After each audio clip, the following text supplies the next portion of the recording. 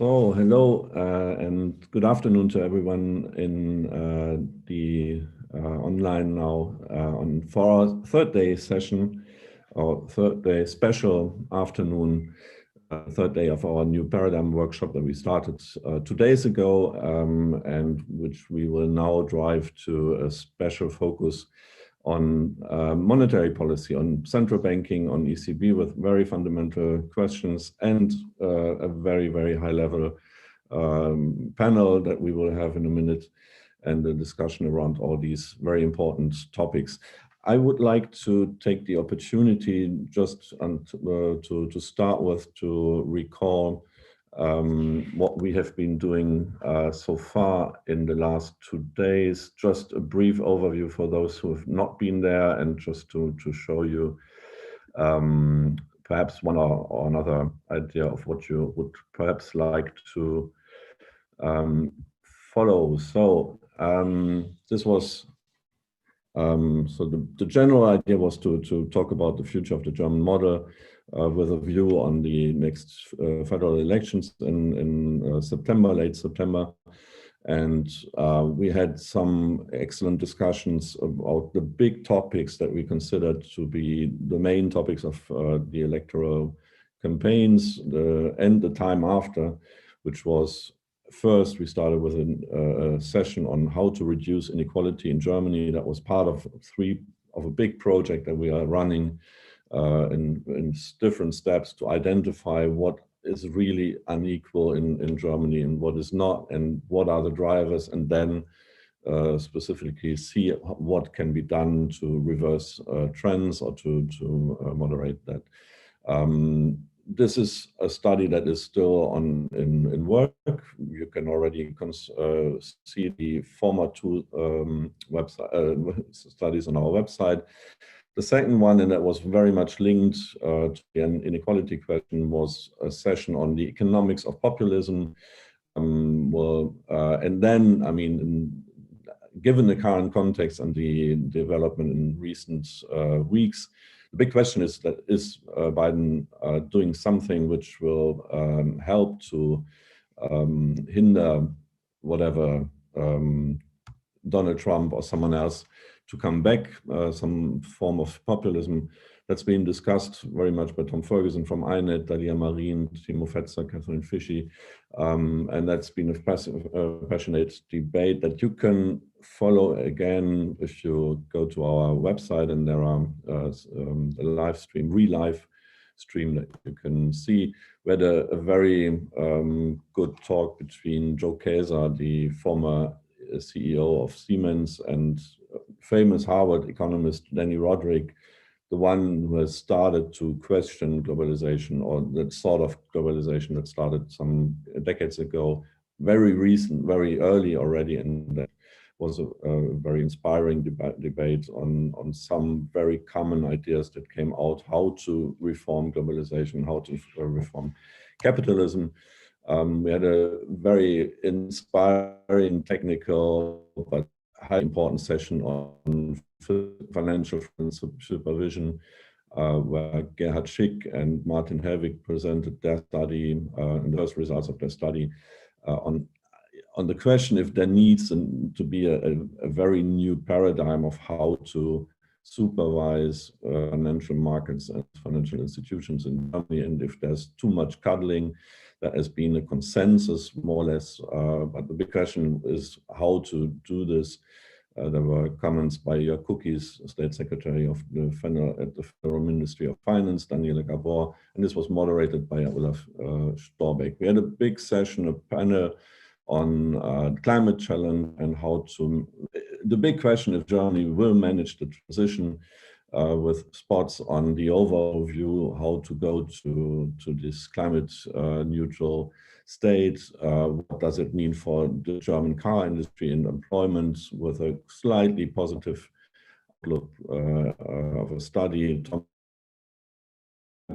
Very work on hydrogen and how much investment would be needed in Germany, much more than planned up to now. Friederike Köhler-Geib from the KfW had some interesting insights on competitiveness, and Laurence, Tubiana, who will join us in a minute, gave us an international view on these issues.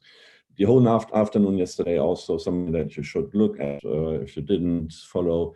We had a whole discussion, a whole afternoon on the on the fiscal policy side, on the question if there needs to be a new framework for fiscal policy, with an input by Philipp Siegel-Glöckler and her team on the need and the possibility to reform, to do more inside the debt brake, so without changing the fundamental law behind, or the Grundgesetz.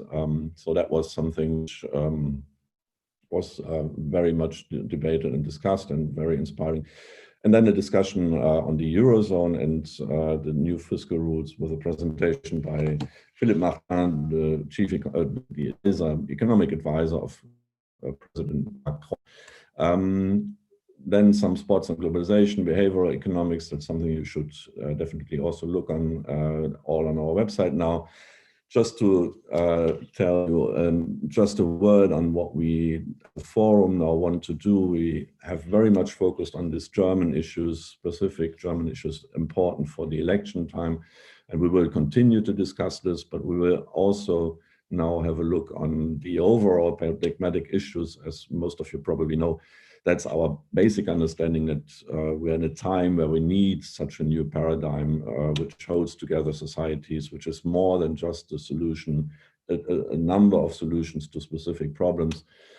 So that's something which also needs narrative to make people understand what a new policy and a new framework could be. We will have a special project on that with Scholz and friends together to check in the run-up of the German federal elections, the narratives of parties in Germany, then check if they are effective, if people believe in them, and so on. We will also have some work and in cooperation with the SMT on that's a project on the purpose-driven businesses, which is something that we have touched upon with Joe Kaeser on Tuesday. Yes. And save date, our next bigger event will be 31st August, a symposium, a whole day symposium on sort of the fundamental questions of well-being economists. That's something we wanted to go deeper into and have a better understanding. You know, all these questions that are touched upon regularly, but it's still quite disputed on growth or degrowth, on how to measure GDP and so on. So if you are interested in that, already save the date, 31st of August. Today we will start this focus on central banks with, I mean, the leading idea is, do central banks need to do more help to save the climate, or to reduce inequality, or to stabilize financial markets? And this is sort of the guiding line, and we have commissioned 2 papers by Adam Tooze and Moritz Schularick that they will present after the first input, and a keynote by Isabel Schnabel on the societal responsibility of central banks. And I'm very excited to get to know her thoughts on this. We thought that it would be nice and good, talking about mandate, ECB and Germany, to have a first spot on what all of you have followed, the eternal debate around ECB and the German Constitutional Court. And always when you think that it's over, someone comes and has another complaint and something to go to the Constitutional Court. And we wanted to know by someone who's really, really very expert in that, and who's following very, very closely this question for years now. Is that a never-ending story? Where are we? Will there be a next story and the next difficulty that make markets shiver or not? So please, we invited. Sorry, I have to stop this. So we invited Holger Schmieding, who is chief economist of the Berenberg Bank in Hamburg and London. to give us an insight on all of this. So Holger, very happy to have you and to tell us, where are we? Well, thank you very much. You've posed a great question. Will Germany's court one day stop the ECB? And will this story ever stop? I don't think that the court will ever stop the ECB, but the court may, that is at least a serious risk, the court may eventually set limits to what the ECB can do according to the court. And I'm afraid in Germany, there will always be, for the foreseeable future, be people who will challenge every significant action of the European Central Bank at the German court. So you could say this kind of noise will probably not leave us. What's the background for all this? A year ago, on the 5th of May last year, Germany's court caused a stir by a verdict on the ECB's standard pre-pandemic asset purchases. The court basically said three things. First, the European Central Bank exceeded its competences by adopting its standard asset purchase program without paying due regard to the side effects, or at least without making clear that it had weighed the effects and side effects correctly, proportionality principle. Second, the German court said that the European Court of Justice, by rubber stamping these ECB asset purchases, had done so in a way that, quote, is not comprehensible, unquote. Third, the court said that the German government and parliament had violated the German constitution by not holding the ECB to account. These were really strong words. That one court says what the other court has said is not comprehensible, for instance, is really strong. Well, it all ended amicably. 3 months later, the ECB supplied some extra information about its internal debates to the Bundesbank, which forwarded it to Berlin, and Berlin said that this proves the ECB had indeed weighed the consequences, effects, side effects, whatever, of its actions adequately. And 9 days ago, the German court rejected a new challenge against this standard asset purchase program, and by basically saying, okay, what Berlin has done is right, and now it's all okay for this standard asset purchase program. Before I discuss now the outlook, let me make a disclaimer. I'm highly critical of the initial German court decision, so I'm not sure whether I'm a fully detached observer in that sense. I'm not a legal expert. I sort of see a legal point in what the German court had said. European institutions have only those competences which member countries have explicitly granted to them. Ultimately, the German court is probably right to say that it needs to play a role in judging whether a European action is within the realm of what Germany has ceded to the European level. And for a long time, the German court seems to have itched to make this point. And in the last big decision of its then outgoing court president, it finally made the point. However, in my view, it shows the absolutely wrong issue to do so. Because my impression, reading the German court verdict and previous court verdicts on related matters, the court subscribes to what you could call an outdated understanding of monetary policy, to an outdated narrative that is unfortunately quite prevalent still in Germany. You could call it a simplistic monetarism, where central bank money supply drives inflation, period.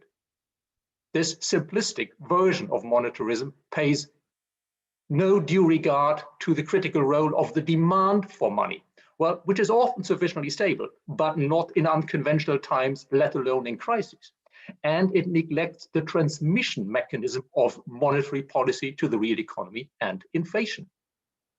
This understanding, simplistic, outdated, is quite prevalent in the German debate, I must say. Not only in the German debate, but it's very strong over here. And it's often articulated by those who wrongly predicted for the last 12 years that ECB unconventional policies would inevitably lead to high or hyperinflation and or currency collapse. Unfortunately, these chaps don't seem to see that their views are based on what I would say wrong economics. The court, for instance, bemoaned that the ECB policy, the unconventional policy, asset purchases, to lift inflation towards the target, that this lowers financing costs for governments and may encourage too much borrowing, that it lowers the yields for savers, that it has distributional effects. The court calls this side effects of this ECB action, which interfere with the realm of economic policy as opposed to monetary policy. In my view, that's not the right way to describe it. In my view, these things are simply the inevitable transmission mechanism of monetary policy. To raise inflation back towards target, the central bank must encourage economic agents to spend more and save less. These are not side effects, that's just what's needed. But again, the German narrative, or at least the narrative prevalent in parts of the German debate, neglects these things. And the court does seem to have implicitly some sympathy, or seems to be somewhat informed by this wrong narrative, in my view. So I'm afraid that the issue, as it comes to the outlook, is hence not crystal clear. We have, as far as I know, 2 cases against the ECB's anti-crisis program, the PAP program, pending at the German court. One from the parliamentary faction of the right-wing AfD, dating from August last year, and one from 16 claimants, including some repeat claimants, dating from March 2021. Their key arguments are that this pandemic crisis program, these emergency purchases, violate the limits to asset purchases that the German court had more or less spelled out in previous verdicts, and that this crisis program primarily serves economic policy, not monetary policy. The issues are a bit problematic if you sort of take the narrative that is often heard in Germany and that seems to have at least some influence on the arguments of the German court. There are problems or potential problems, or you could describe them as potential issues. The PAP program is indeed large. Roughly speaking, the ECB is buying more or less the entire net issuance of governments in the Eurozone at the moment. Those who sniff monetary financing, in inverted commas, can make some hay out of that. And the PAP is and must be, in my view, deliberately flexible over time, jurisdictions, and types of bonds. The purchases may deviate from limits for standard pre-COVID asset purchases, capital key issuance limits, and the like. These could be potentially serious issues for the court. However, the court does see itself as a pro-European institution. It did not, in May last year, rule that the standard asset purchases violated the prohibition of monetary financing. It really shied away from the big bombshell. Now, the court also, in the relevant second Senate, has a slightly different composition. For instance, a new head of this Senate. The court has very much acknowledged the emergency situation of the pandemic, and the court had been taken aback last year by the strong criticism it drew from almost everywhere, except the claimants, of course, the very strong criticism against its May 2020 verdict. And the court was probably quite surprised by how eager almost every mainstream politician in Berlin was to get this under the carpet as fast and easy as possible, that basically to go through the motions, but ultimately let the ECB what it has to do and just go through the motions of what the court has required without in any way Berlin wanting to constrain the ECB. That suggests to me that the court probably will not want to rock the boat badly in its upcoming judgments on the pandemic emergency purchase program. I called the court today. They couldn't give me any timeline. I must say, if you know more about that, please let me know. It's work in progress, the court said. So the outcome for these 2 cases is in a way open. In the past, the court has often ruled, when it came to critical European matters, that it's okay as it stands, but please don't go much further. De facto setting limits for future developments without ruling that what has happened in European integration already is beyond the bounds of the German constitution. And hence there is a risk that the court may eventually set some limits to the flexibility of ECB asset purchases. It may set sort of de facto limits to for how long the ECB can continue its pandemic emergency purchase program. And at least it's possible, I would not like that, but at least it's not possible that the risk of the court trying to constrain, not stop, but trying to constrain the ECB somewhat would rise with, say, the deviations from the capital key in ECB asset purchases over time, or rise with the length of time that the ECB continues its PEP program beyond, say, the period when the Eurozone economy is back to the level of GDP that it had pre-pandemic. I would think, and I do think, based on my understanding of monetary policy, the court could just basically say what the ECB has done so far and is doing at the moment is exactly right. Look at the results. Financial stability has been preserved, price stability has been reserved. But as an observer of what the court has done so far, I at least see a risk that there may be in some future court verdicts explicit or implicit limits as to what the ECB can do in the future. And to round it all off, of course, there's also a separate challenge at the German Constitutional Court against the 750 billion EU recovery program, but that would take a different session to discuss that. There, I'm fairly hopeful that the court, despite qualms, will let the financing of that package go through. Thank you. Thank you very much, Holger. Very, very good to have this point and to talk about these limitations. To your mind, I mean, these limitations, it's always about the conflict between a central bank that needs to be 100% efficient and in a crisis moment, and the conditionality on the other side that some want to have. But if you have conditionality, you won't be 100% credible. So is there a risk when there are limitations that the court will give that the efficiency will not be enough in a future crisis moment? Yes, I would say there is a bit of risk. I don't want to overemphasize this point, but there is a bit of a risk. And the risk, in my view, largely comes from that, as I see it, the court has, of course, they are legal experts, they're not economic experts, has what you could say is somewhat limited understanding, in my view, of what monetary policy is, and especially of what monetary policy ought to do in unconventional situations, in non-textbook situations. And hence, I do see these risks. For practical purposes, I see that Europe has a great tradition of dealing with legal obstacles. Ultimately, Europe has always found a way so far to get around legal roadblocks thrown in the way by whatever quarter. But there could be some noise, and there could indeed, if you have to find a way around a legal roadblock, there could be some temporary loss in efficiency in a policy response. Yes. Mm. I mean, another very question, but that's maybe just a quick answer, a feeling on your side.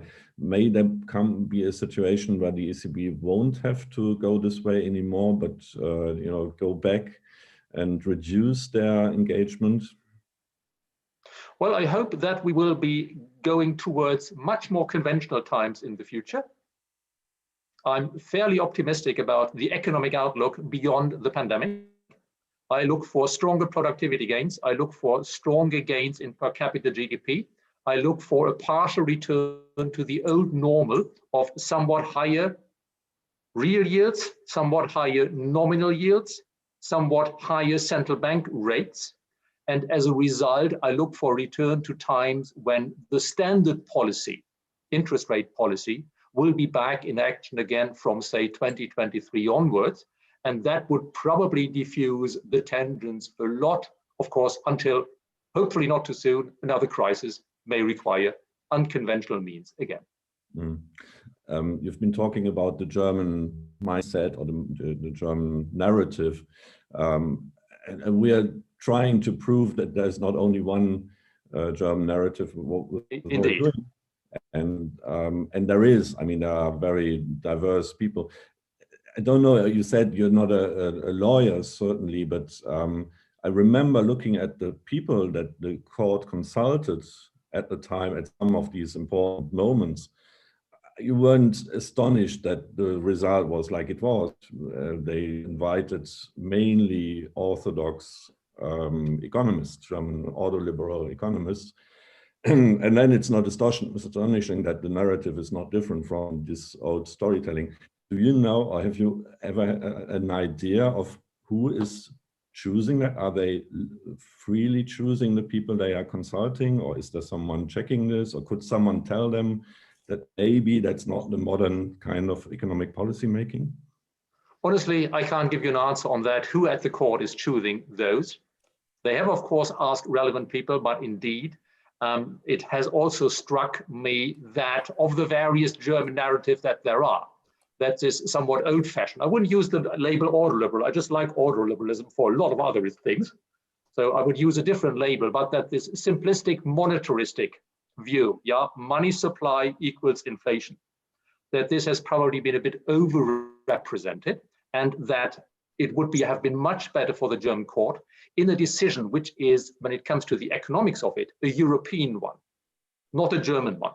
If it had consulted, say, European or global experts on monetary policy, rather than basically having for a German legal judgment, largely consulted German monetary experts. So I wasn't quite happy with the choice of people whom they had. Talking about the Karlsruhe and the Bundesverfassungsgericht, everyone now has in mind, and that allows us to transit to the next discussions. There was a recent ruling by the court on climate and the responsibility of for next generations, and to take that into account, and so on. I mean, talking about these issues of central banking, it's also about having future generation. It's also talking about future generation. And then yesterday there was someone, Shahin Valais, who said it's interesting that inside the Bundesverfassungsgericht there are the two senates, the two parts of them, and one seems to be the one who's leading the economic, and the ECB ruling is more a conservative one, and the other one was the one doing the ruling on climate, which seems to be more progressive. What is your take about that? Well, it's difficult to put labels like that on it, but indeed the Second Senate probably, at least the old one, under the old president, and without the new joiner, was probably on these issues on what you could say a bit the conservative side, in most cases with good arguments, just in my view, not on the monetary policy case. And now on the climate change issue, indeed, the court surprised many by its, you could say, wide-ranging interpretation of the Constitution, which of course is very interesting, but from which you can derive a lot of other things if we need to take much more into account explicitly what will happen to, say, young people 20, 30, 40, 50 years into the future, then we on many policy issues, such as pensions, possibly also on preventing financial crises and whatever, and things that could have long-term scarring effects.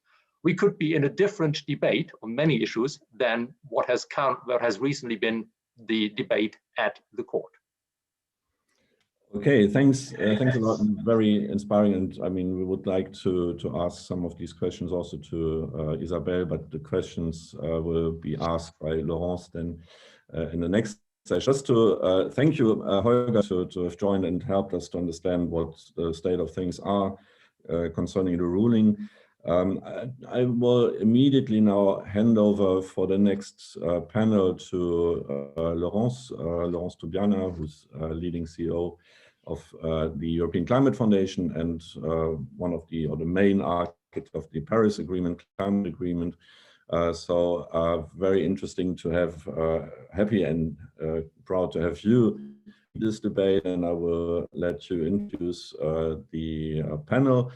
just to say that to everyone, there will be a short talk between Isabel and Laurence after this session in the context of the Global Solutions Summit.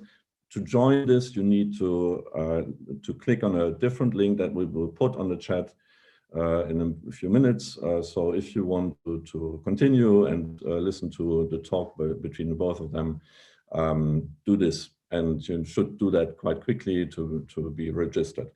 I hope I didn't forget anything else. Laurence, I hand over to you.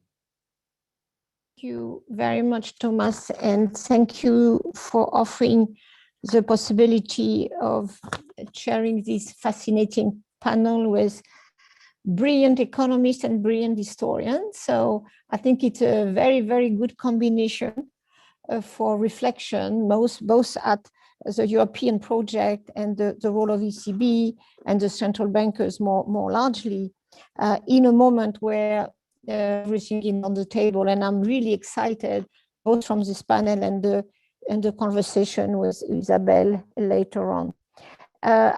So this panel is about, of course, it's the mandate of central banks and how much the mandate, which was traditionally seen as maintaining, in a way, organizing the different targets on inflation, financial stability, now are in a way having their mandate increased and widened because to respond to many economic and social challenges.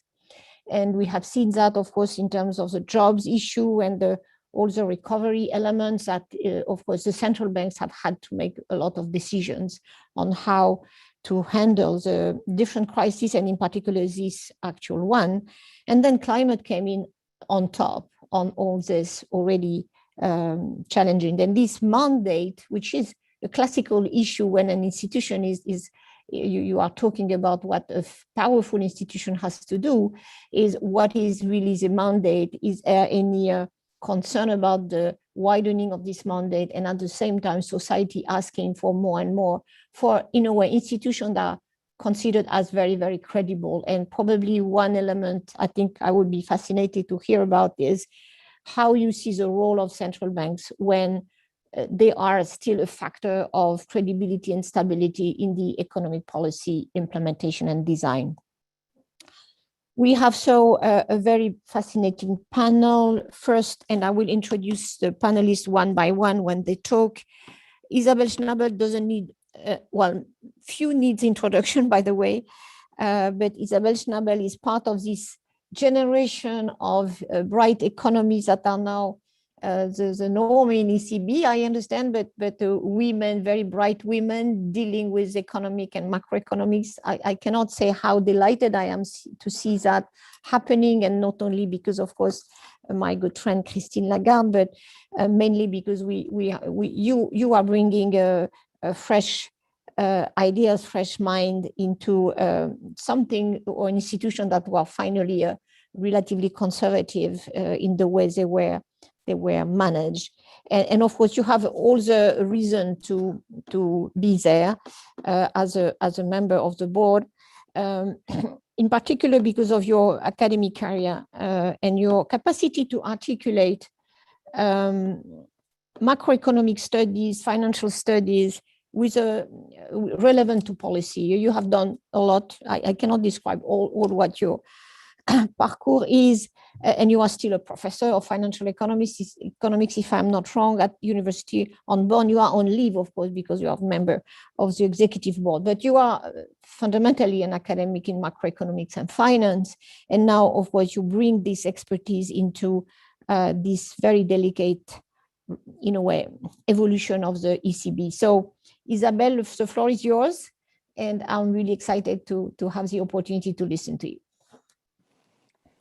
Thank you very much for the very kind introduction, and thank you also to the organizers for having me. So I will try to share my screen because I actually brought some slides, and maybe you can tell me whether you can see them already. Does it look okay? Yes, absolutely. Perfect. So actually, you won't be surprised that I will, in my presentation, stay firmly within our mandate. So I'm not going to discuss how to change the mandate because that's not up to me to do. But I would like to talk about societal responsibility and central bank independence. The best contribution that central banks can make to economic prosperity is to maintain stable prices.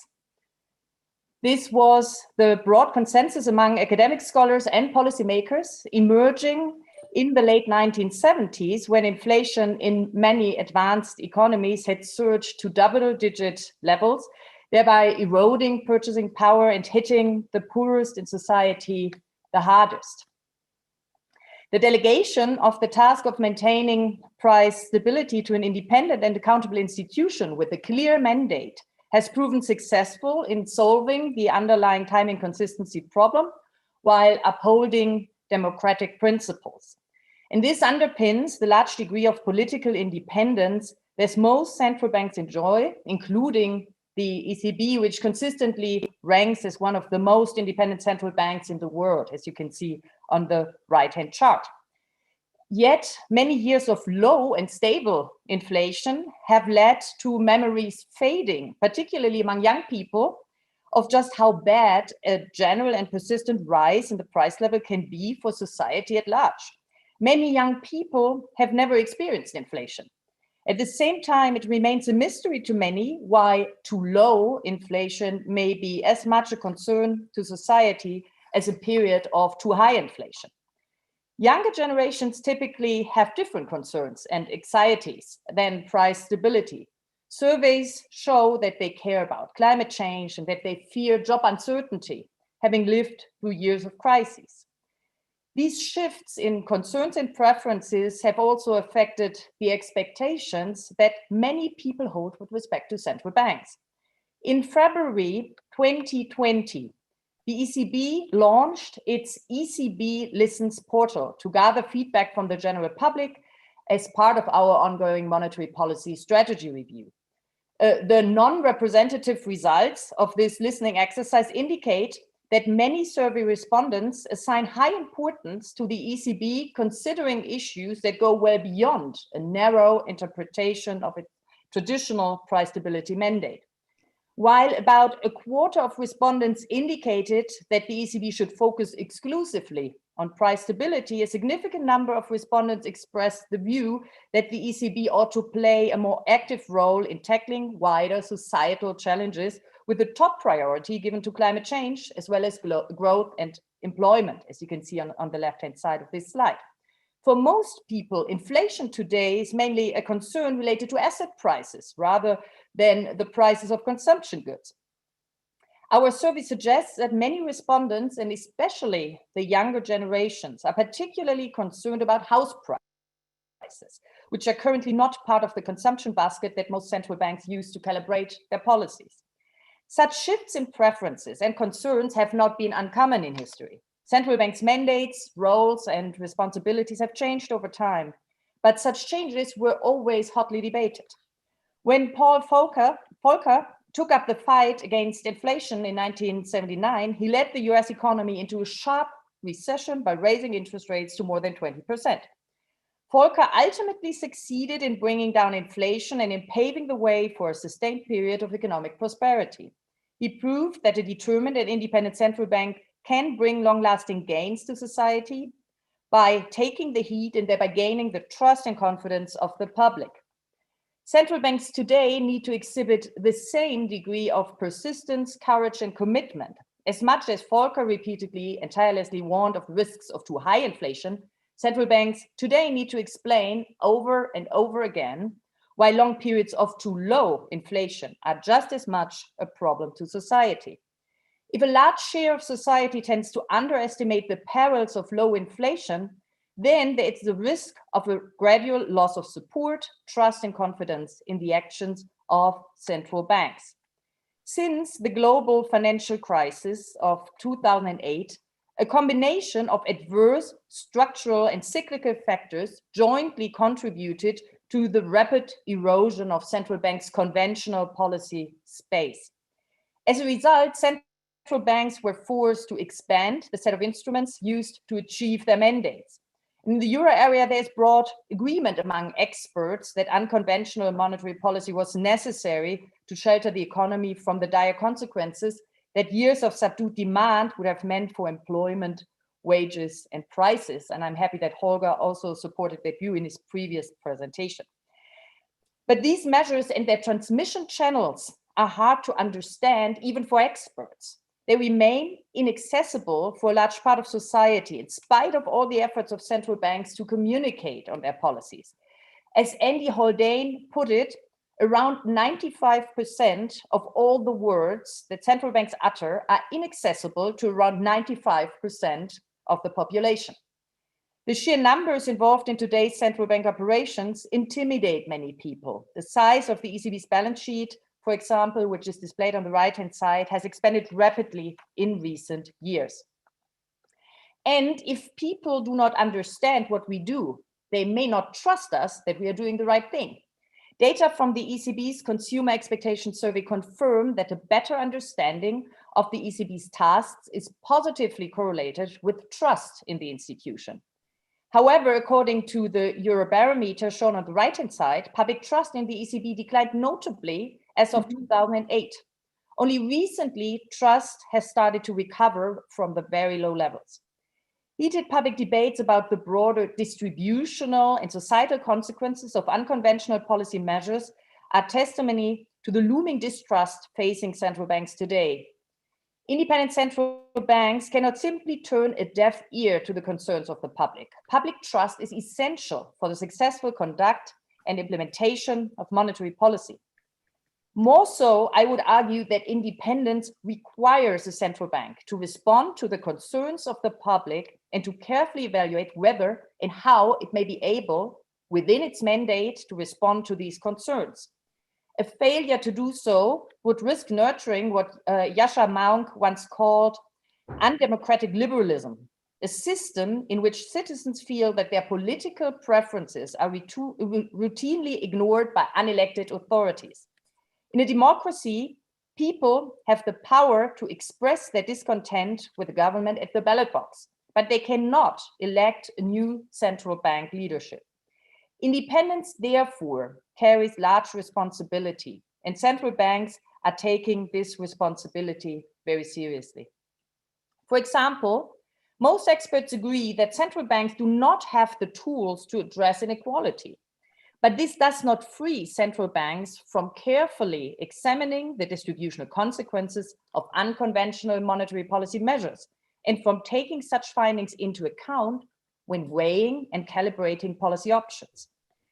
Similarly, a frank, open, and constructive debate is needed as to whether and how central banks can support a faster transition to a greener economy, a demand that almost half of the respondents in our ECB listening events identified as a societal challenge that the ECB should consider in its monetary policy. Climate change is without doubt one of the most pressing policy issues confronting policymakers at the global level. The EU has declared the European Green Deal one of its top priorities. The treaty unambiguously assigns the primary responsibility for climate policies to the European Parliament and the Council, not the ECB. In order to observe the principle of institutional balance, any measure the ECB takes must not encroach upon the powers of other European institutions. The ECB's objectives are clearly spelled out in the treaty and cannot be changed without changing the treaty itself. These objectives define the scope and the limits of our potential actions. When it comes to climate change, our potential role could be based on both our primary or our secondary objectives.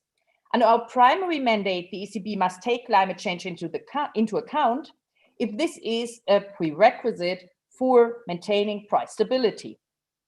The extent of the risks to price stability from climate change is subject to an intense and growing debate.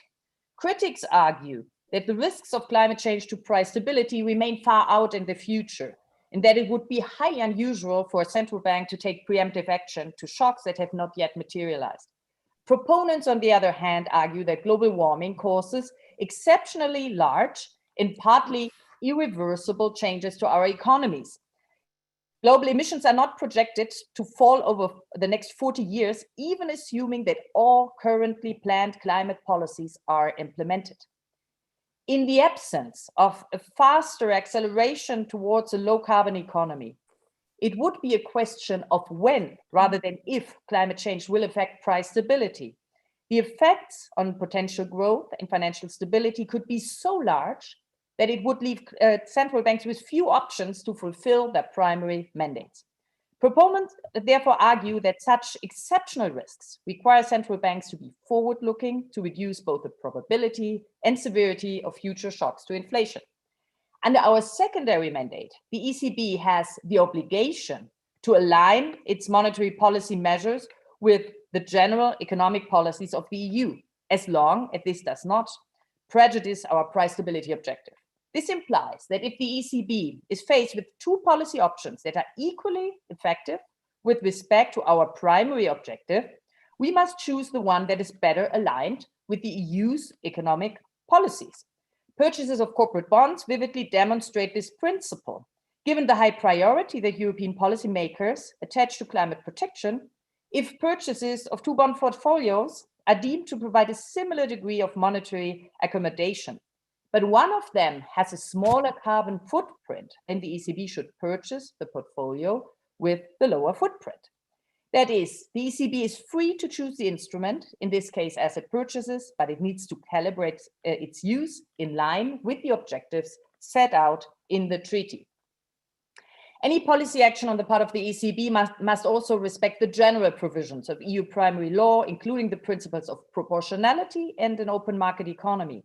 These principles impose additional constraints on the ECB's potential actions in the area of climate change. For example, adjustments to our asset purchase program or the collateral framework, such as strict exclusion policies or more subtle tilting strategies, would have to be checked against these general principles. Taken together, our mandate requires a careful assessment of the extent to which the ECB can and should green its monetary policy operations. This is what we are currently doing under our ongoing monetary policy strategy review. What can be said with reasonable confidence at this stage is that concerns over potential mission creep are misplaced. The treaty not only allows, but requires the ECB to take climate change into account. In doing so, we have to find the right balance between exploring what is feasible within our mandate and ensuring that our actions do not interfere with our primary objective of price stability. After all, the fight against climate change requires structural measures that monetary policy as a cyclical tool cannot provide. Finding this balance holds the promise to enhance public trust and ultimately safeguard our independence. So let me conclude. The challenges that central banks are facing are today fundamentally different from the ones that were relevant when central banks gained broad political independence. And as a result, expectations towards central banks have changed. Many call for central banks to have a more active role in tackling wider societal challenges, climate change in particular. Such shifts in preferences coincide with the broad distrust of far-reaching and complex monetary policy measures taken by central banks in recent years. In this environment, the demands on central bank communication are enormous. Independent central banks have a duty to respond to the concerns of the public and to carefully evaluate whether and how they may be able, within their mandate, to respond to these concerns. And I can promise that the ECB is doing this diligently as part of our ongoing monetary policy strategy review. We are analyzing the effects and side effects of our unconventional monetary policy instruments, and we are exploring if and how, within our mandate, we can contribute to the broader objectives of the Union, including by taking measures that will help accelerate the transition towards a more sustainable economy, while firmly adhering to our primary objective of price stability. And let me stop here. Thank you. Thank you very much, Isabel, for this thorough analysis of what is consistent with the initial mandate, and finally recognizing and giving perspective on how, because of the climate change being a macro risk, that has in a way resonance and some calling for response, but specific response from ECB. That's very, very clear and very, very encouraging. I have now, and I'm sure you will have a very vivid discussion within the panel after the others' intervention. Adam Tooze is next, and he holds is a professor at Columbia University, a university, of course, I cherish. I as teaching and certainly will teach very soon again. He's the Shelby Cullum Davis Chair of History at Columbia University and serve as director of the European Institute. But Adam is speaking really on the world in general now, and I am passionately reading his paper, whether on the Green Deal on China or whatever. And so he is totally, and it's very good to have an historian talking to us about the central bank's role. Adam, please. Thank you so much, Laurence. Thank you, Thomas, for setting this up, and thank you, Isabel, for taking time to be part of this panel. I find myself, I've realized, in a rather peculiar position,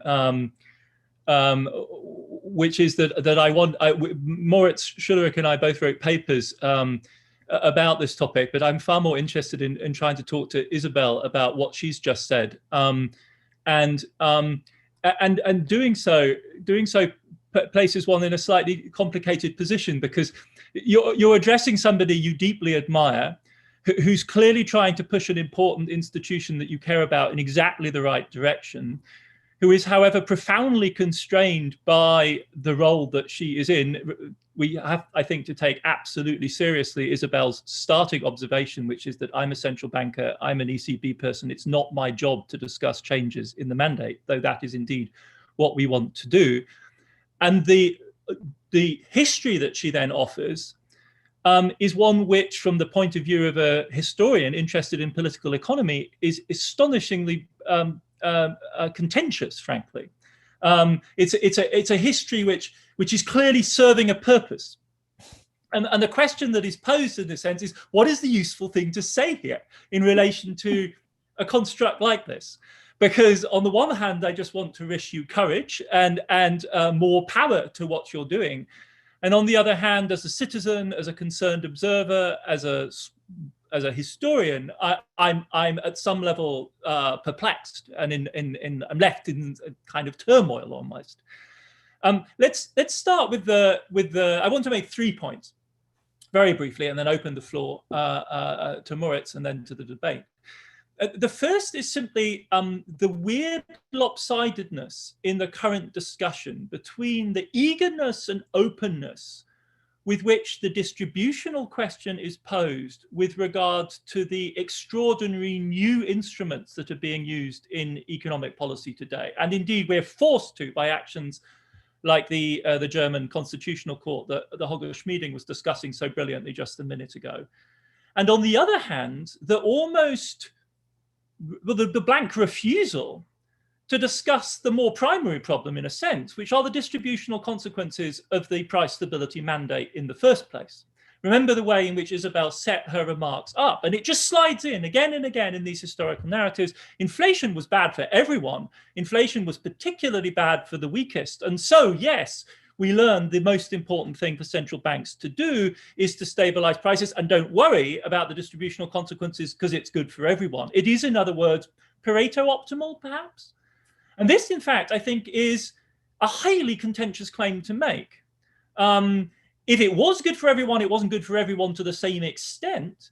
And if we move from a simple consideration of welfare to a consideration of power, and you consider the track record of Paul Volcker made no bones about the fact that for him, the imposition of a deflationary strategy was a redistribution of societal power.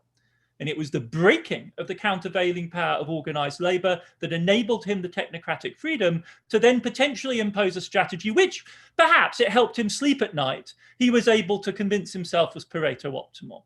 Now, that is not a story that many people would accept with regard to the trajectory of inequality in the United States over the last 50 years. They would tell, broadly speaking, a story that is a little bit more hard-nosed than that.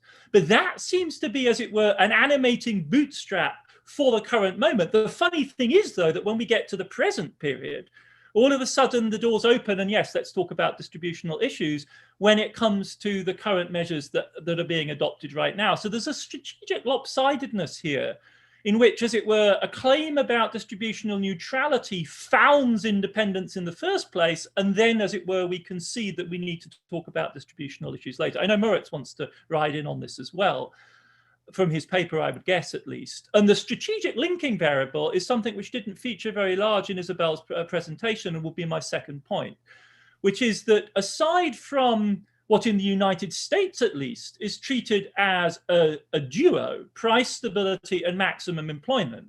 And let's remind ourselves, after all, that in our story of global central banking, the most important central bank in the world never, in fact, conformed to the cookie cutter model of 1990s central bank independence, which the ECB, in a sense, has embodied and then naturalized as the obvious state of affairs. The Federal Reserve, as a result of the persistent power of a certain sort of Keynesianism, but also as a result of the civil rights struggles in the United States of the 60s and 70s, enshrined maximum employment as a dual mandate. And that dual mandate is a social justice / racial justice prerequisite in the United States, has been honored in the breach, by no one more than Paul Volcker, but recently has provided, if you like, what social scientists call a kind of redundant capacity for people like Powell, Yellen, and Bernanke to draw on, to say, yes, we can do this too, and we're fully licensed to do it, to drive full employment on explicit social justice criteria, right? But the other, third pole is financial stability. And that oddly didn't play much of a role in Isabel's presentation. Our eyes are all on the future now with regard to green, and that makes a great deal of sense. But if you look at the crisis of legitimacy of the ECB, where does it start? It starts in 2008. What happens in 2008 is a banking crisis.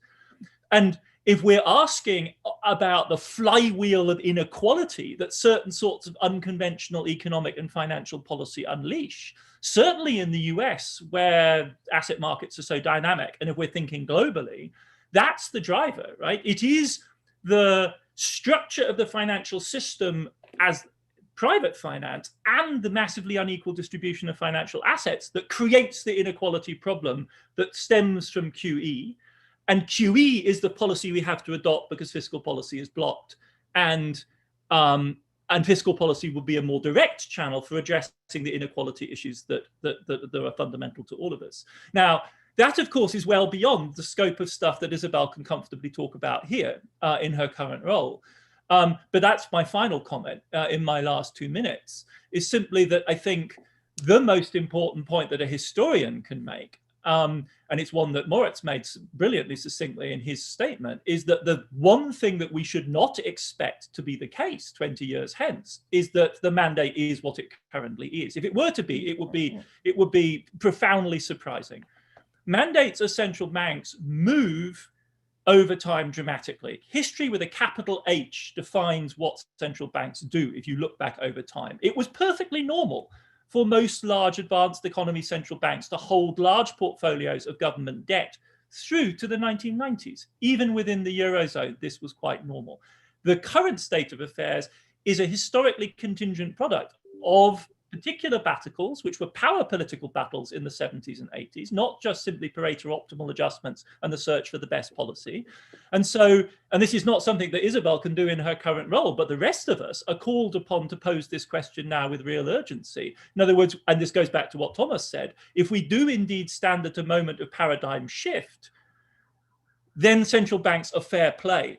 And if you look at what was going on in the 70s and 80s there, it's clearly not just, as it were, movements within central bank thinking, but a convergent variety of different forces, the liberalization of global capital markets, the freeing up of capital, financial engineering in its new form, the rolling back of organized labor and its power that created the conditions for the current paradigm of independent central banks.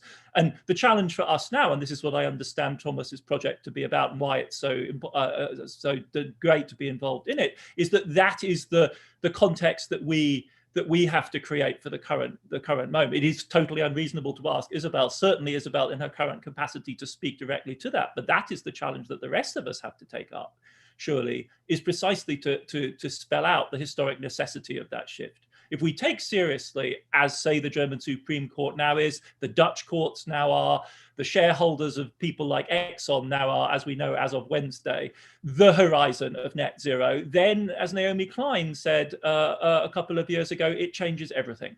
And that will ultimately have to include the explicit mandated purposes. And that is up for the politicians to do and for civil society.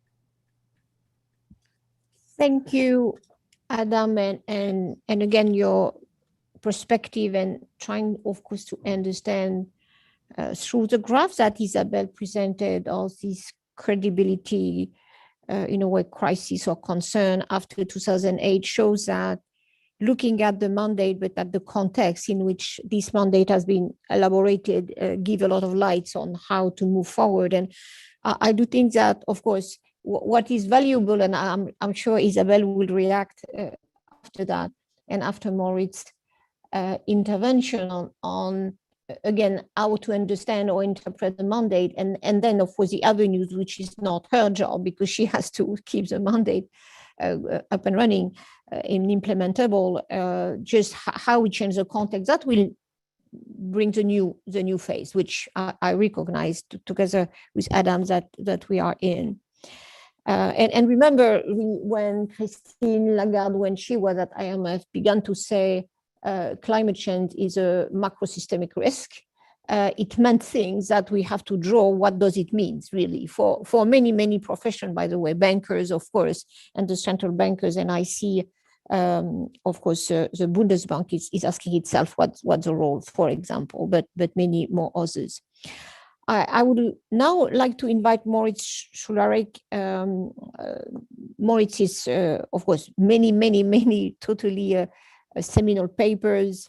He's a professor of economics at the University of Bonn, which, as we see, is a nurturing of a very bright generation of economists. Everybody wants to go there now, certainly. And you're director of the Macrofinance Lab and principal investigator in the DFG Excellence Cluster Econtribute, which seems really, it's a very interesting cluster of intelligence and economic thinking. So you are as well in the very center of all this discussion. So please, just we eager to listen to you after Adam, and then I think the discussion between you three will be really interesting. Please, Moritz. Thank you. Oh, thank and you. I forgot to say something very important, because you are not only an academic, you work at the Federal Reserve Bank in New York, and in a way, so you make the bridge of this discussion. So I wanted to point that capacity of bringing back the two universe, the academia and the policy making. Yeah, thank you, Laurence. And I wanted to start with that last point. That I am here speaking, of course, in my personal capacity and not for the Fed. The University of Bonn is interested in these questions, but I don't think it has an opinion. And I would say thank you to Isabel. She knows the Contribute Excellence Cluster very well. And thanks to Adam also for the comment, and for Thomas to have me on this panel.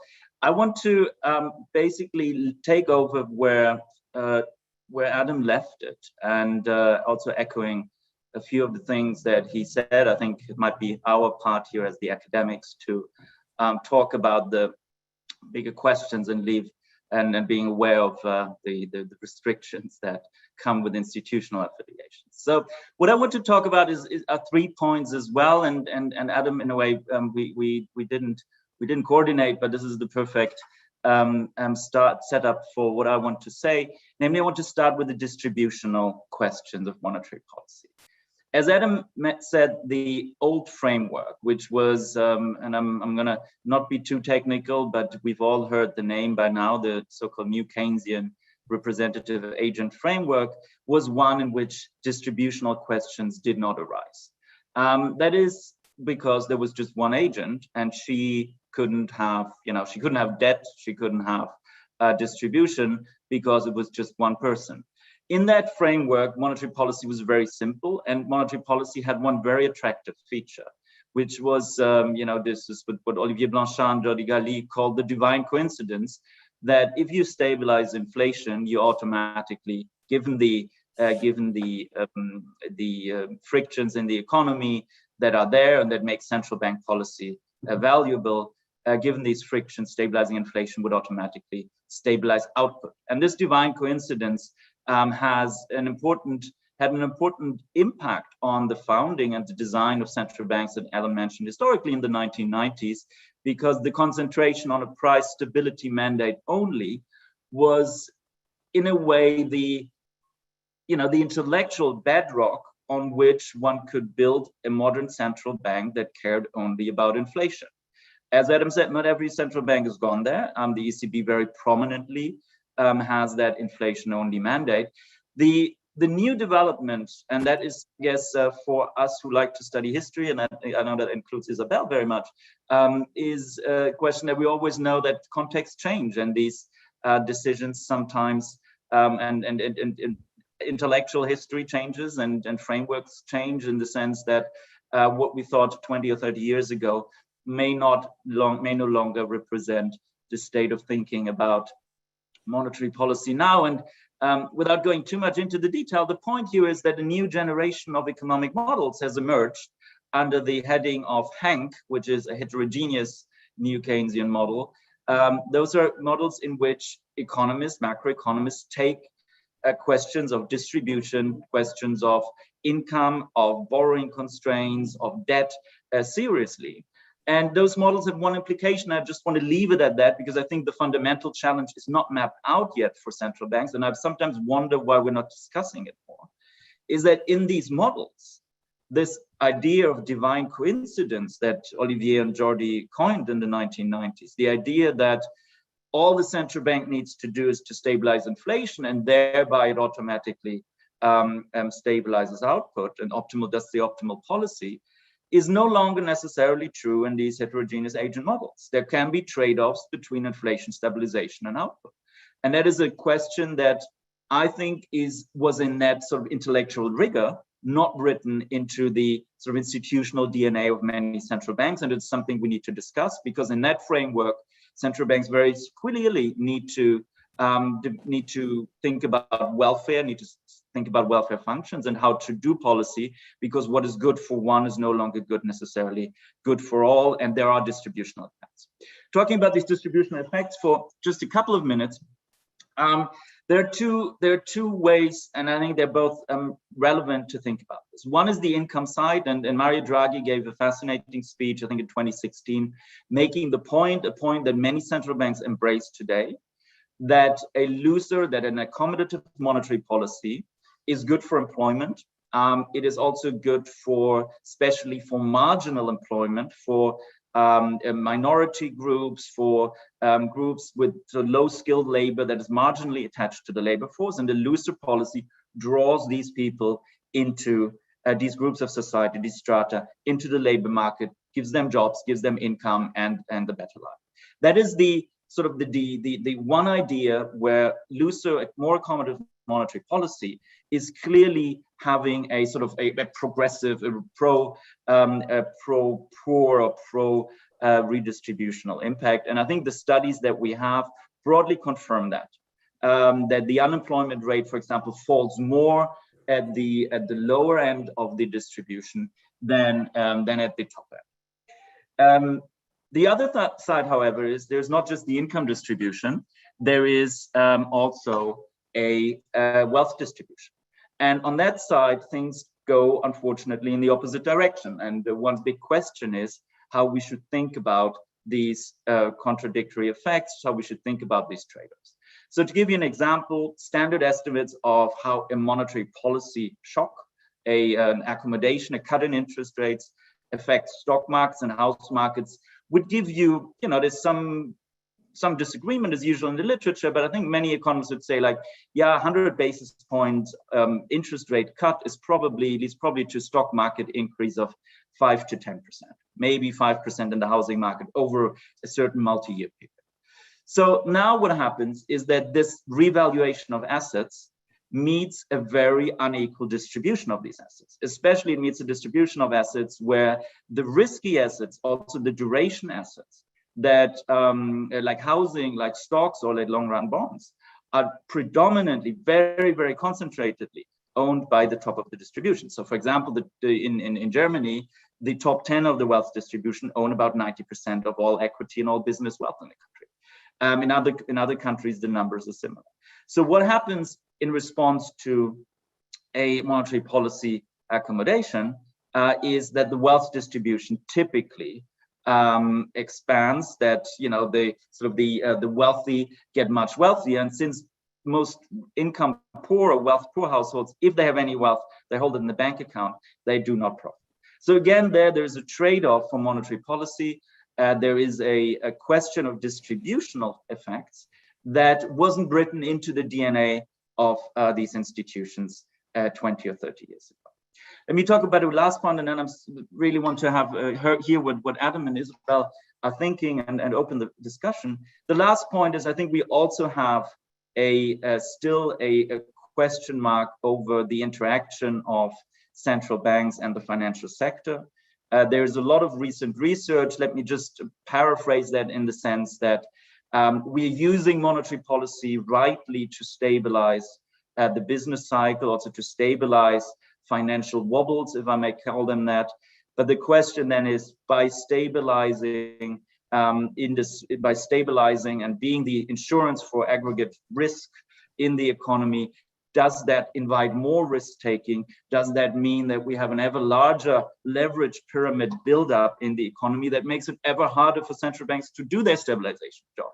So in a way, there is a time consistency question with regard to the financial response to stabilization policy that makes the economy less risky, but thereby also invites additional risk taking that central banks then have to insure again. And we get into potentially, at least that's what many papers now say, we get into a process where central banks have to run ever faster just to stand still. And I think what we saw last March, where there was not a financial shock, but a real shock, but that necessitated, again, very large policy interventions, was a very good example of that.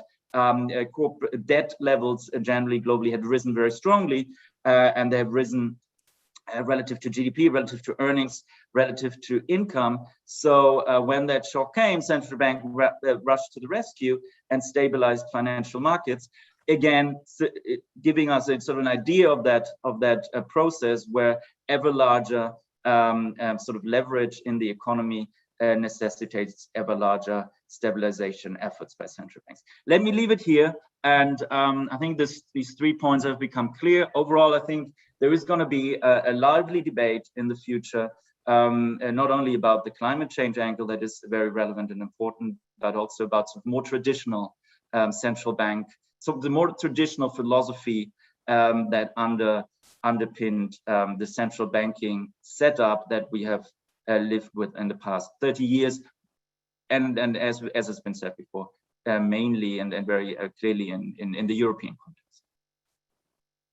Thank you, Moritz. The focus, one of the focus of your intervention, of course, is looking at the distributive effects, which begin to be a very, very central discussion in the economic policy now, and probably a dominant one, whatever issues, climate change or something else we are tackling. And certainly the credibility factor that Isabel was mentioning in the aftermath of the 2008 crisis has come exactly from this point of view. So this point of, in a way, social justice or progressive distribution vis-a-vis what has happened in the last 15 years is certainly a concern, of course, not only to central bankers, but to central bankers as well. So I think that's of course, such a reopening, of the thinking that, and in particular, understanding what will be the impact on the asset value of the intervention, the recent intervention of the recovery plans last year and this year and next year will be really important to see if it has followed this path of finally increasing after, in a way, beyond the social safety net, has increased the income disparity. Isabel, you have a lot of question on you, so I don't know what you want to tackle first, but certainly it would be really interesting if you agree to get your reaction with this challenging presentation for the job you are doing today, understanding that of course you do what you can there, but you have your own, probably you can express your own ideas as well. Thank you very much, Laurence, and thank you to Adam and Moritz. These were fascinating interventions.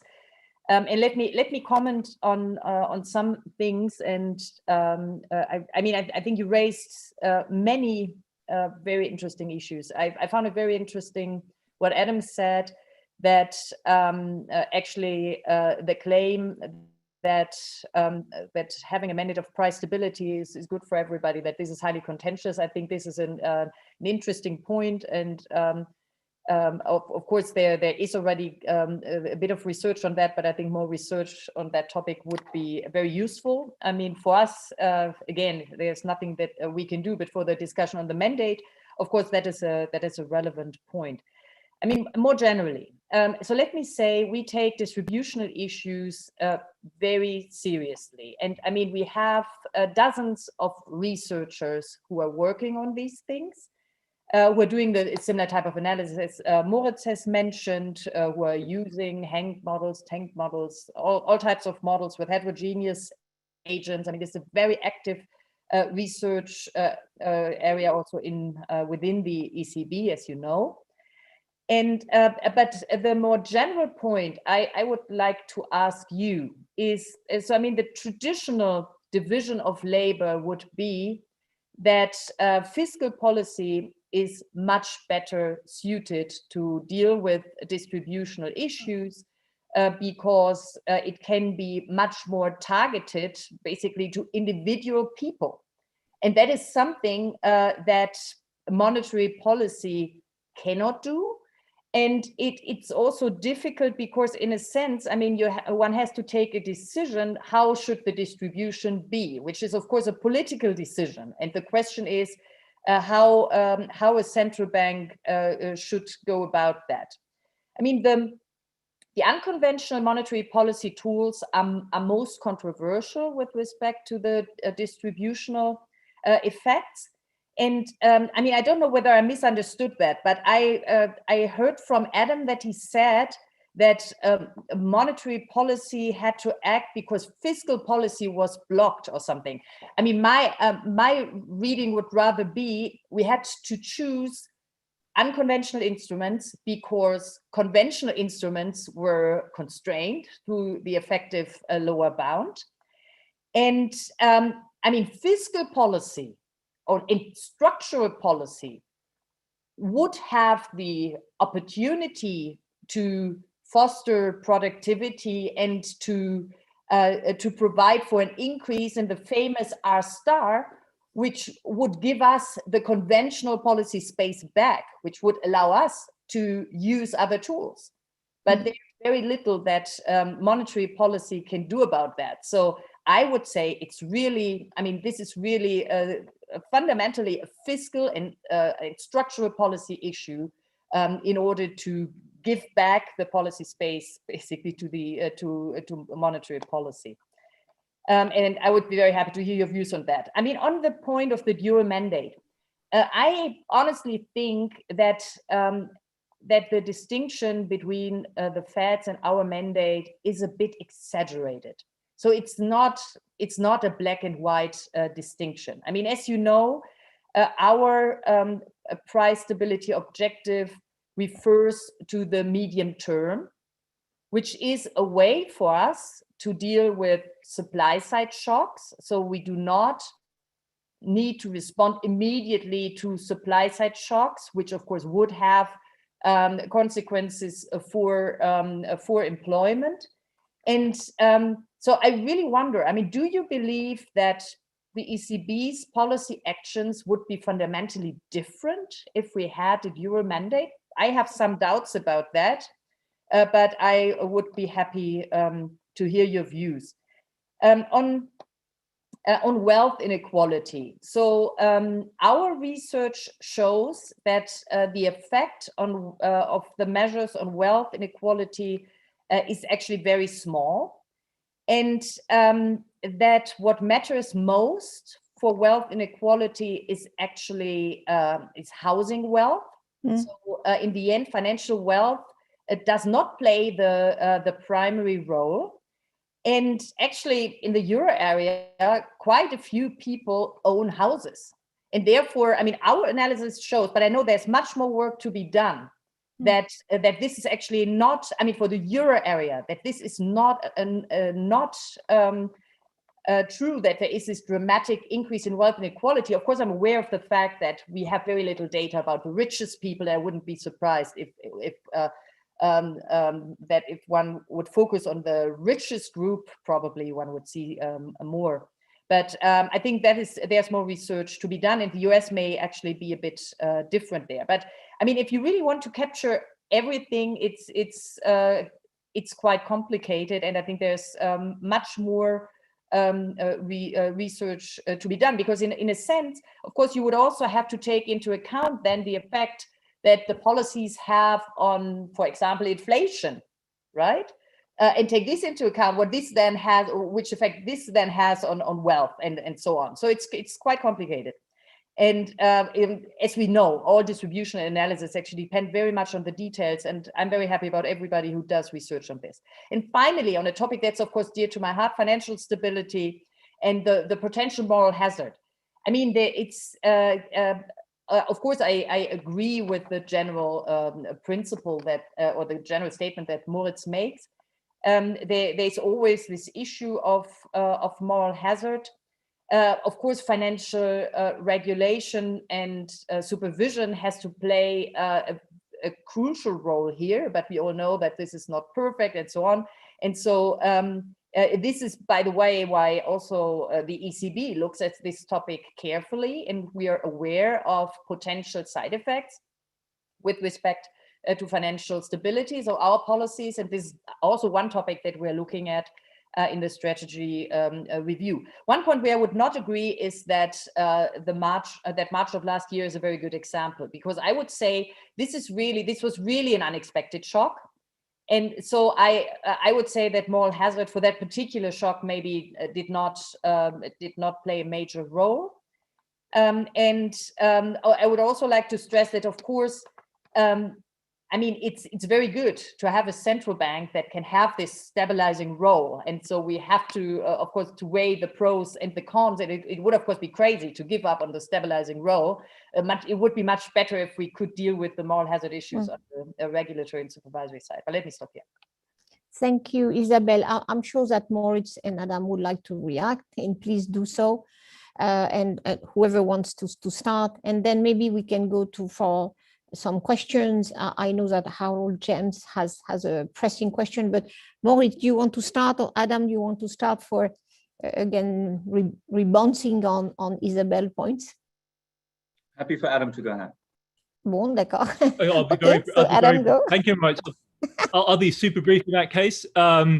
I think, Isabel, I take your point about the blurred distinctions between the ECB and the Fed, but I put that down to the enormous creativity of your generation of EC bankers. I mean, you found incredibly clever. These things are endogenous, right? Faced with the obvious dysfunction of not having a dual mandate, the ECB has found clever ways around that. So right now, it would in fact be quite difficult to specify how your policy will be different, because you are effectively using the price stability mandate symmetrically. You're saying deflation is the great fear, and we'll do anything that it takes to prevent that. And that is tantamount to a kind of weak version of a dual mandate. But I'm a historian, and I can point to several instances in 2008 and 2011 in particular, where I think a dual mandate might have been binding and might have changed your policy. But that's not fair to put in your direction. You are part of the, to my mind, contorted efforts of Europe to come up with a functional, macroeconomically literate central bank. And as speaking politically and worrying about the future, I'm concerned about the future, and I would love you to have an explicit dual mandate such that when push came to shove, you could balance the trade-offs differently from the way in which you currently have to. And I think the same point I would make about fiscal policy. I mean, I think it's chicken and egg. One can either tell the story the way I was telling it or the way that you chose to tell it. But I think, again, and this is, as it were, the ultimate hot potato in Eurozone terms, your actions, we can phrase them any way we like, right? We can describe them in terms of pursuit of your price stability mandate, but they enable fiscal policy in 2020. And free fiscal policy to respond, because you remove and you relieve the pressure of a bond market panic. Now, I know that you will say and go to your graves arguing that you're doing that in full pursuit of price stability and financial stability. The consequences for fiscal policy are very real, and they avoided last year the real disaster that we could have had. The third point I would make is that I would simply ask you about March 2020. I think the moral hazard formulation of this is trivializing. I don't think the problem is, as it were, that through your structural commitments, you encourage bad behavior systematically. It's more that through your interventions, you enable financial capitalism to just do its thing, which is very smart people come up with new ways of managing risk, they think, and making more money. And then they do, and then something goes wrong and you bail them out. And then they go back to doing that. I don't think of that as a sort of cynical moral hazard. They will bail us out, therefore we do it. It's just that you functionally enable it over and over again.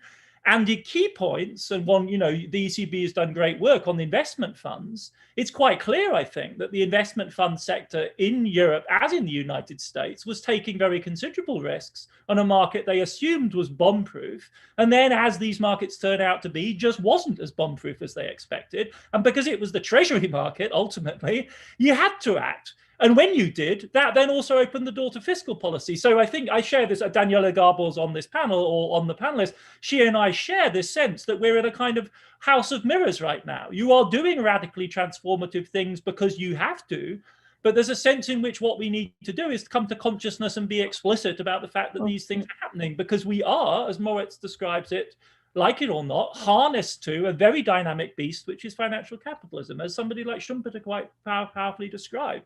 And that's the business we're in, continuously mending, fixing, patching, keeping up with that. And it does require us to run to stand still. Thank you, Adam. Very strong point. Moritz, please. May I just very quickly ask a follow-up question to Adam. So on your second point on fiscal policy, what would be your solution to that? Would you make it, would you ask for an explicit, obligation of the central bank to monetize public debt, or what? Oh, we wouldn't call it monetization, because we know that's a scary word. We would just short circuit your complicated roundabout argument that to preserve the efficacy of your monetary policy tools, you have to ensure the bond market functions normally, or that contorted construction the Banca d'Italia, I think, first came up with in 2011.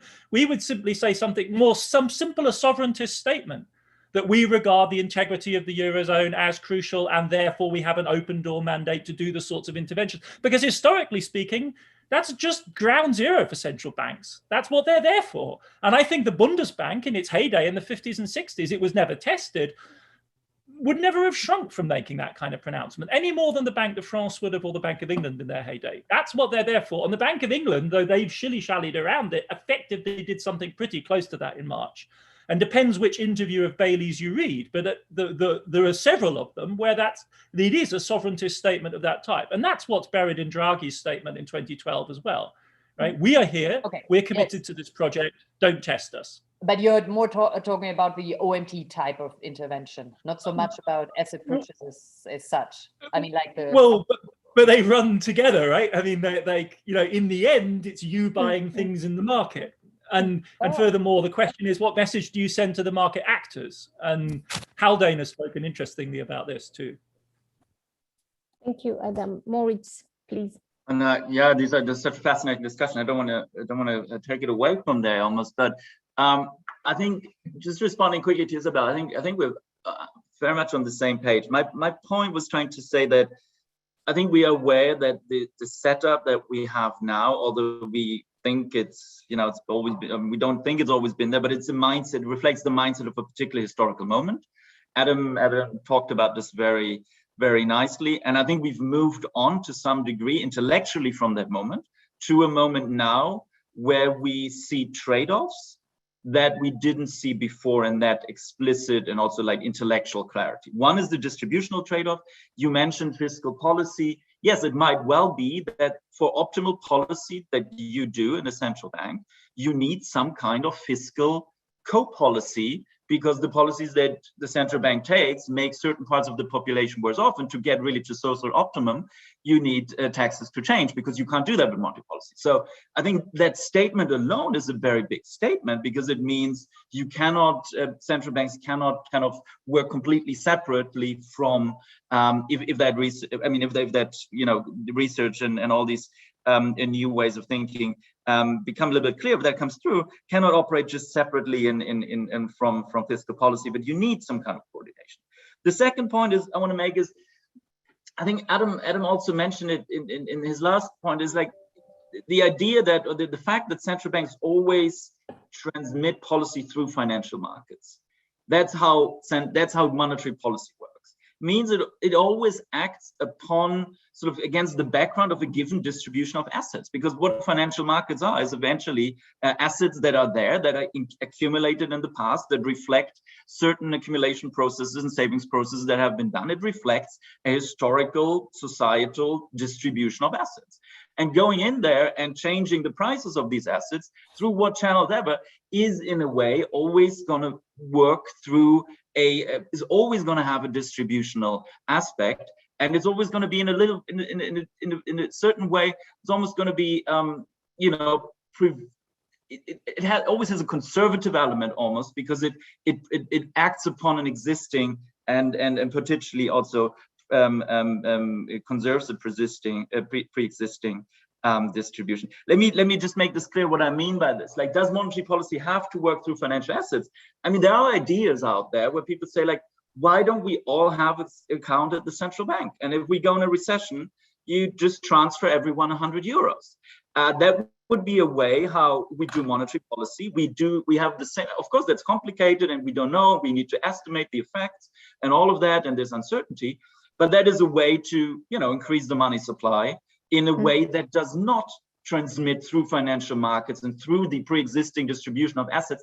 That will always be like a friction when you care about the transmission to the real economy, essentially because what's traded in financial markets is so highly is unequally distributed to such a high degree. So I think these are ideas where we now at a moment we're thinking about trade-offs that just went there 30 years ago, and when new ideas are emerging almost by the hour. That was sort of, yeah, thank you.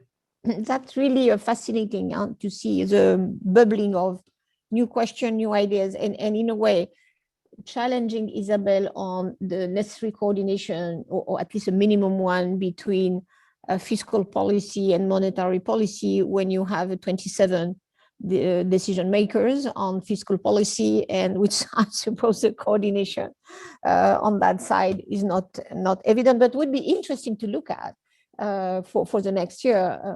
And I think it's a very interesting field of question understanding and what kind of the message. Looking at, in a way, the discussion of the Commission with the recovery plans, we could see what kind of fiscal policy is consistent with the evolution of all our institutions. So I'm sure Moritz and Adam and you, Isabel, you would provide many more ideas. I'm very curious. It's a very fascinating period, by the way. And so at least intellectually and politically, it's fascinating.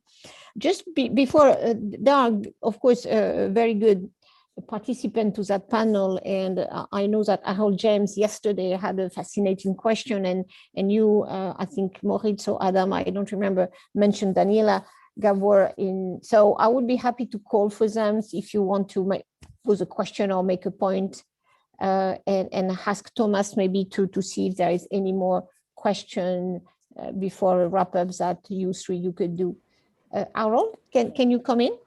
Oh, yes, thank you so much. Very, very fascinating discussion.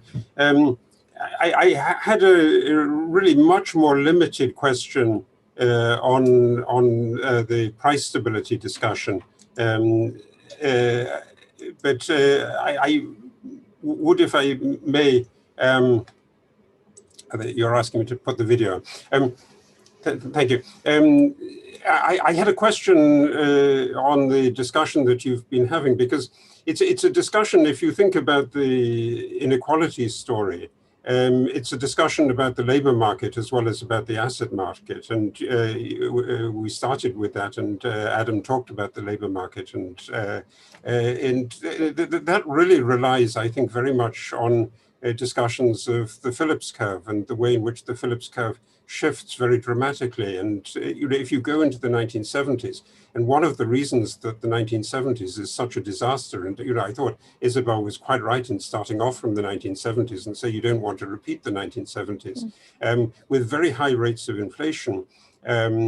what happens is that the Phillips curve becomes almost horizontal. It isn't a curve anymore.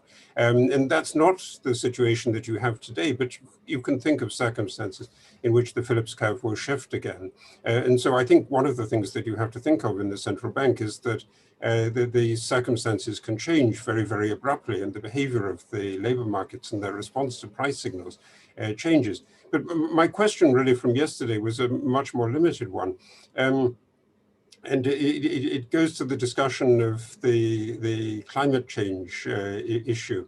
You know, at the moment, one of the confusing things for central banks is that there are very dramatic price spikes, and mostly we assume that they're just temporary. But some of them may not be temporary. And the question is that a good thing or a bad thing? So, for instance, if the price is going up for computer chips enormously, well, that gives a signal that there will be more production of computer chips, so the markets react to that. But if you think of energy prices, the story is that energy prices are going up, transportation prices are going up. But if you think in the long term of reducing carbon emissions, surely you want to have an effect there on consumer behavior. You want energy prices to be high in order to persuade consumers to change their behavior. If that's the case, doesn't it affect the way in which you should think about the measurement of a basket of consumer prices? I mean, is it the case that you might want to take some prices that you think of as sending necessary signals to stop or reduce harmful behavior, that you take them out of the consumer price basket? And obviously altering consumer price baskets is something that central banks think about all the time. But this does seem to me to be a very acute one and a very interesting one. Thank you, Harold. Can I call Daniela, and then I will give back the floor to, again, Isabel, who has to defend all this and in a way define these new policies, and then of course to go back to Adam and Moritz. Daniela, yes, are you? Yes, I'm here. Okay. Hi everybody, and this was a fascinating discussion. It reminded me that Professor Schnabel gave a speech on unconventional fiscal policies, where that could frame very well a strategic coordination game between central banks and fiscal authorities. But I'm more interested in the climate aspect, and congratulations first for making a very clear case for ECB action on climate within the mandate.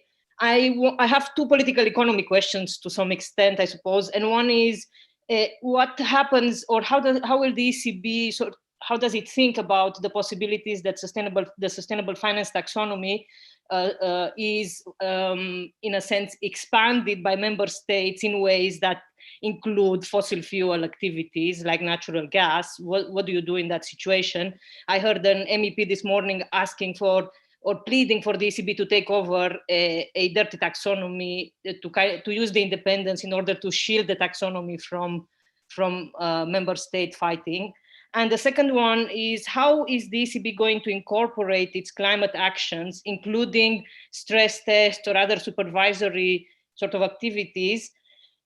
How is it going to incorporate in those climate rules the transition risks that itself it may be generating by, for example, greening its collateral framework or decarbonizing its collateral framework? Because we have here a very interesting issue of endogeneity. You are basically both an exogenous and endogenous actor in the climate change space. So I'm wondering, what do we do with the concept of transition risk in this scenario where the central bank itself generates endogenously transition risks? Thank you.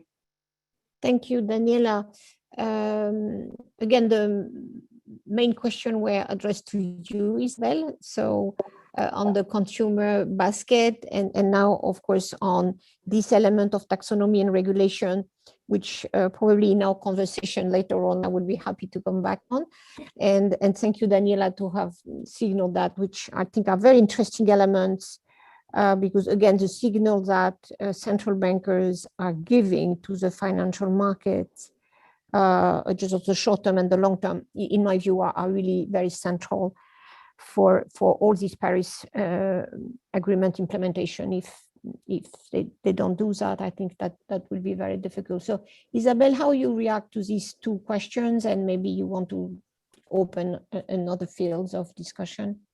Yes, so actually I would like to come back first to the point that you mentioned a couple of minutes ago before you opened the floor, namely this point of monetary fiscal interactions. I also believe that this is a very important area that we definitely need more research about. I think what we saw in the pandemic was that actually fiscal and monetary policy reinforced each other very successfully.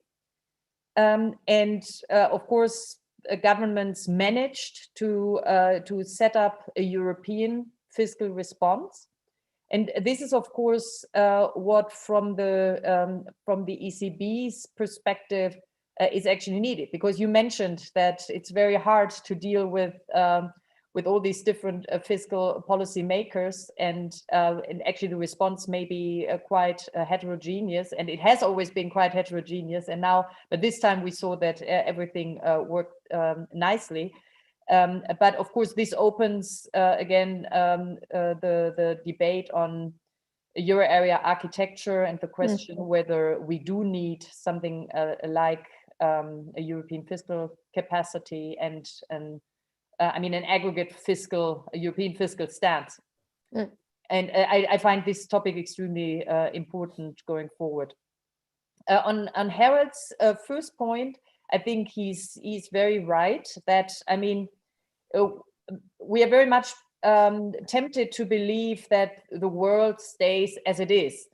And I mean, when we're running our models, of course, we're implicitly always assuming that the world stays as it is, because everything that we get out of our models is kind of comes from the historical relationships. And I truly believe that, I mean, that at times of rapid change, as today, we have to be aware of the fact that there is the risk or the chance, however you see it, that the world can be very different, and policymakers have to be aware of that. So I'm very grateful for him bringing that point up.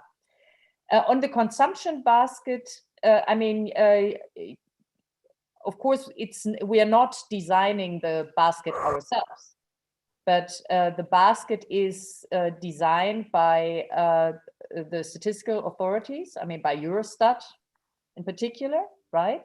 And so it's not that we can simply design the basket that we desire. I think that is, from a governance perspective, I think that is a very important point.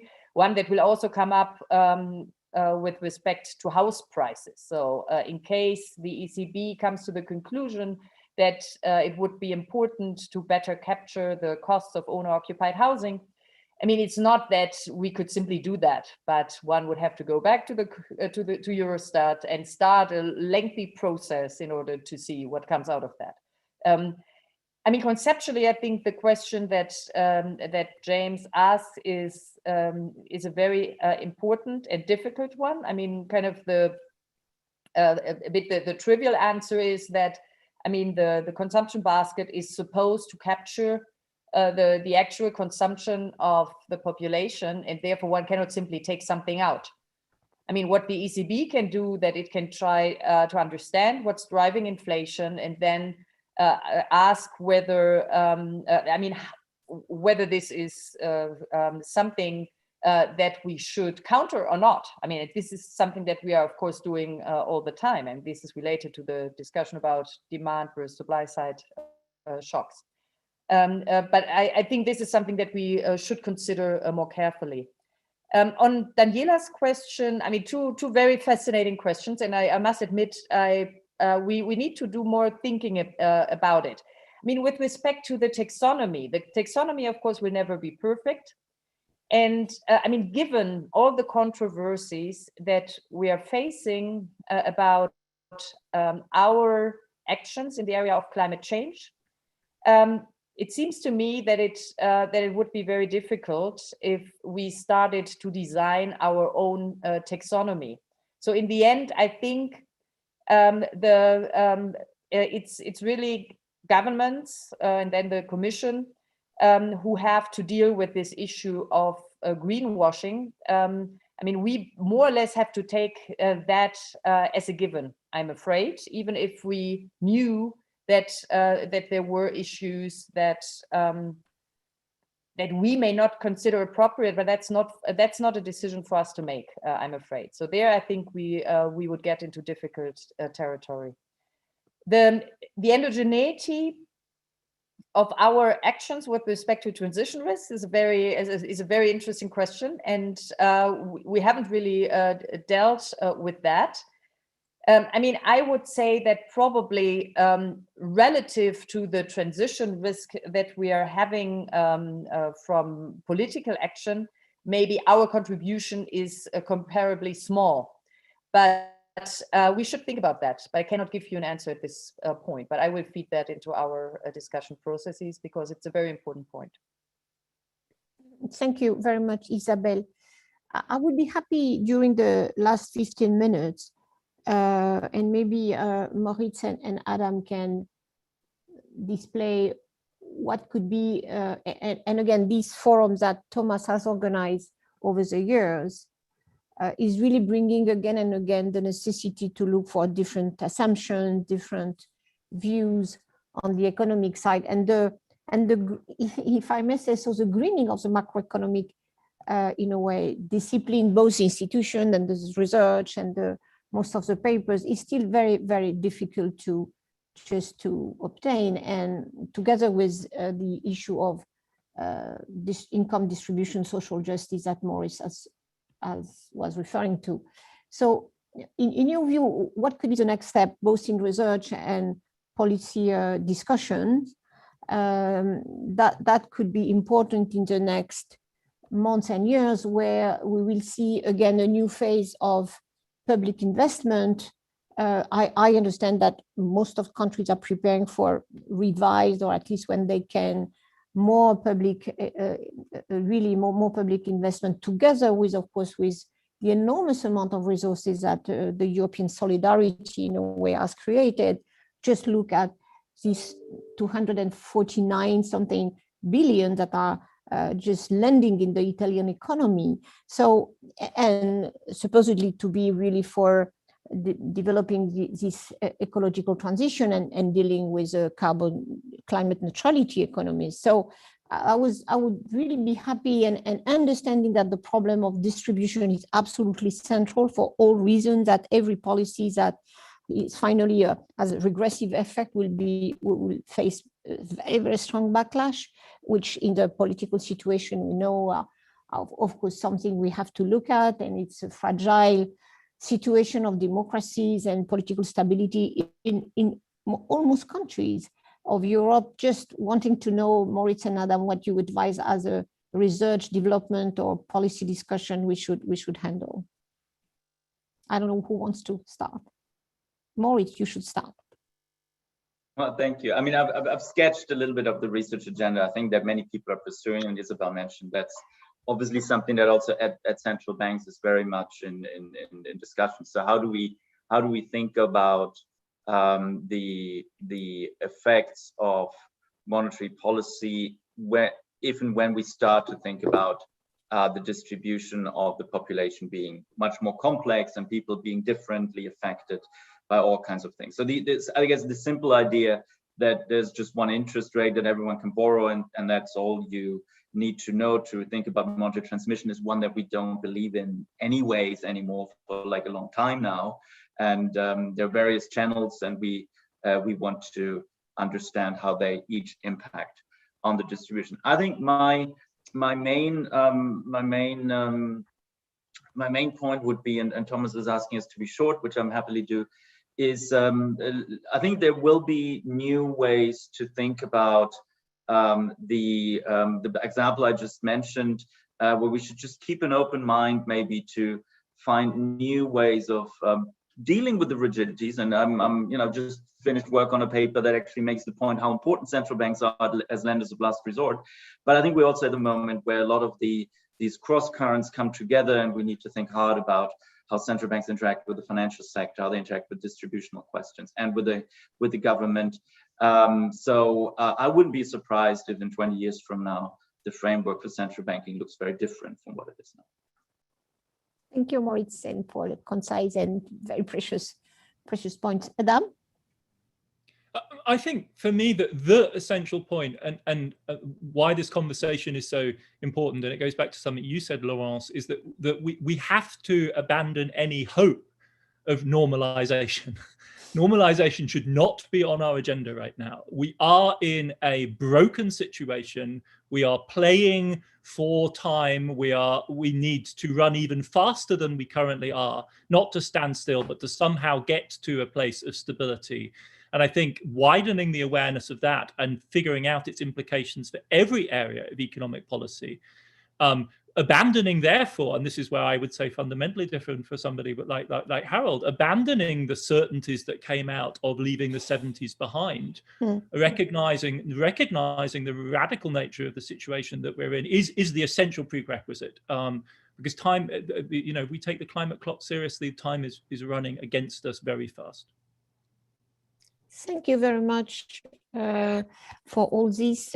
Thomas, do you want to add something on because you have been through all this discussion these 2 days and maybe just draw some lessons out of it, but maybe Isabel, you want to, I know we will continue the conversation in 5 minutes, 10 minutes, but of course, I would be super happy if you would like to add something and then maybe give Thomas a chance to make some remarks. No, it's fine. Thank you. It's fine. Okay. Thomas, do you want to, withdraw? Okay. Yes, as I knew that we will have not so much time between the two sessions, I did the wrap up of our event before the session, so I'm fine with that and happy to continue the discussion in a minute. And thanks for all who have joined this amazing discussion. You will all find the inputs, the contributions, the whole video on our website in a few, hours, maybe 1 or 2 days latest. So if you want to have a look at that, join. And for everything else, we will put on our website what we discussed in the last 2 days. So thanks again. Thanks, Laurence, Isabel, Moritz, Adam, Holger Schmieding again. And see you soon, hopefully in real. Hopefully, yes, absolutely. And so I think I meet Isabel in a few minutes now, or yes. But that we have to go to another. That was fun. Thank you. Okay, so we have to shift. So Yes. see you